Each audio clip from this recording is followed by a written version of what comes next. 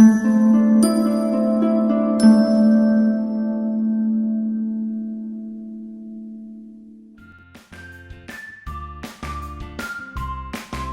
Friends, welcome to south Indian food court. இன்றைக்கி நம்ம ஒரு ஸ்வீட் தான் பண்ண போகிறோம்.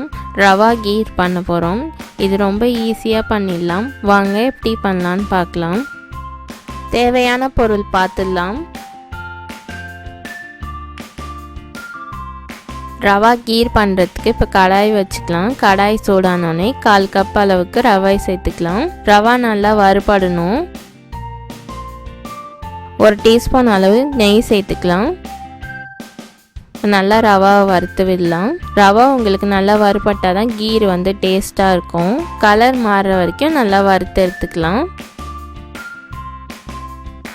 இப்போ ரவா நல்லா வறுபட்டுடுச்சு. இது ஒரு பிளேட்டில் ட்ரான்ஸ்ஃபர் பண்ணிடலாம்.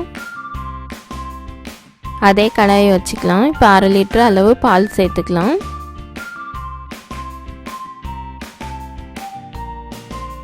பால் ஊற்றின பிறகு நீங்கள் கை விடாமல் கிண்டிக்கிட்டே இருக்கணும்.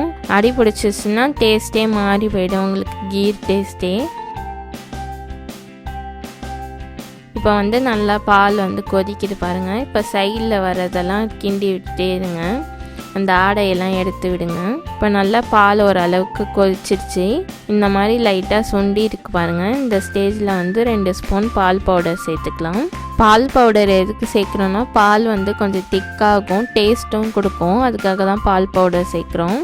பால் பவுடர் சேர்த்தோன்னே உங்களுக்கு வந்து கொஞ்சம் திக்காகும், அடி பிடிக்கும். அதனால் கை விடாமல் கிண்டிகிட்டே இருங்க.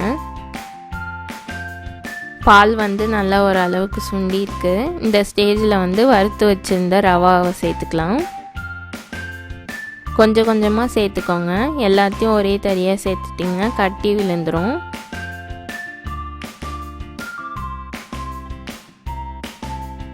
ரவா சேர்த்துட்டு நல்லா வேகிற வரைக்கும் கிண்டி விடலாம். இப்போ ரவா வெந்துடுச்சு. இப்போ ஜீனி சேர்த்துக்கலாம்.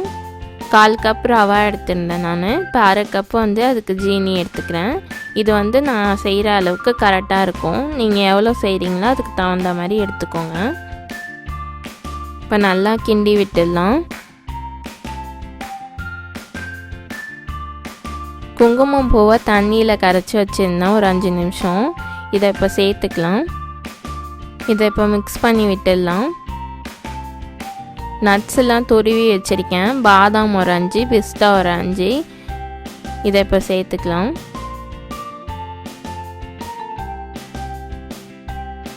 இந்த மாதிரி ஸ்டேஜில் தான் இருக்கணும் உங்களுக்கு கீர். ரொம்ப தண்ணியாகவும் இல்லாமல் ரொம்ப திக்காகவும் இல்லாமல்.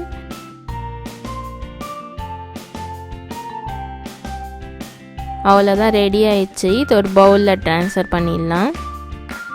அப்படியே சாப்பிட்றதுனாலும் சாப்பிட்லாம். ஆனால் ஃப்ரிட்ஜில் வச்சு சாப்பிட்டோன்னா சூப்பராக இருக்கும் டேஸ்ட்டாக. சுவையான ரவா கீர் ரெடி. உங்கள் வீட்டில் யாராச்சும் கெஸ்ட்டு வந்தாங்கன்னா கண்டிப்பாக செஞ்சு கொடுங்க. சூப்பராக இருக்குன்னு சொல்லுவாங்க.